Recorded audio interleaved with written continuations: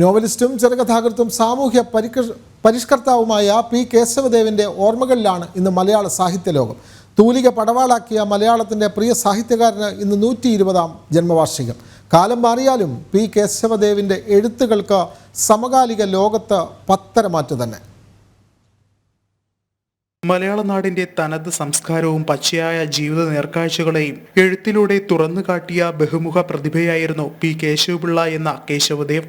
സമൂഹത്തിലെ അസമത്വത്തിനും അസ്വാതന്ത്ര്യത്തിനുമെതിരെ പ്രത്യക്ഷമായും പരോക്ഷമായും അദ്ദേഹം പോരാടി. എതിർപ്പുകളെ എഴുത്തിലൂടെ പ്രകടിപ്പിച്ച തൂലിക പടവാളാക്കിയ ചുരുക്കം ചില എഴുത്തുകാരിൽ ഒരാളായി കേശവദേവ് മാറി. സാധാരണക്കാരിൽ ഒരാളായി സാധാരണക്കാരന്റെ ശബ്ദമായിരുന്ന അദ്ദേഹം അനീതിയുടെയും അടിമത്വത്തിന്റെയും തുറന്നു പറച്ചിലിന്റെ ഉത്തമ ഉദാഹരണമായി മാറി. അതിനാൽ തന്നെ അദ്ദേഹത്തിന്റെ ഓരോ കൃതികളും സാധാരണക്കാരനെ അത്രയേറെ സ്വാധീനിച്ചു. ഓടയിൽ നിന്ന് ഭ്രാന്താലയം, റൗഡി, രണ്ടമ്മയും ഒരു മകനും, വെളിച്ചം കേറുന്നു തുടങ്ങിയവ അദ്ദേഹത്തിന്റെ ശ്രദ്ധേയമായ നോവലുകളാണ്. 1965-ൽ ഓടയിൽ നിന്ന് എന്ന നോവൽ സിനിമയായി പുറത്തിറങ്ങിയപ്പോൾ മഹാനടൻ സത്യൻ അത് വെള്ളിത്തിരയിൽ പകർന്നാടി. 1904 ജൂലൈ 20-ന് എറണാകുളം ജില്ലയിലെ വടക്കൻ പറവൂരിലായിരുന്നു കേശവദേവിന്റെ ജനനം.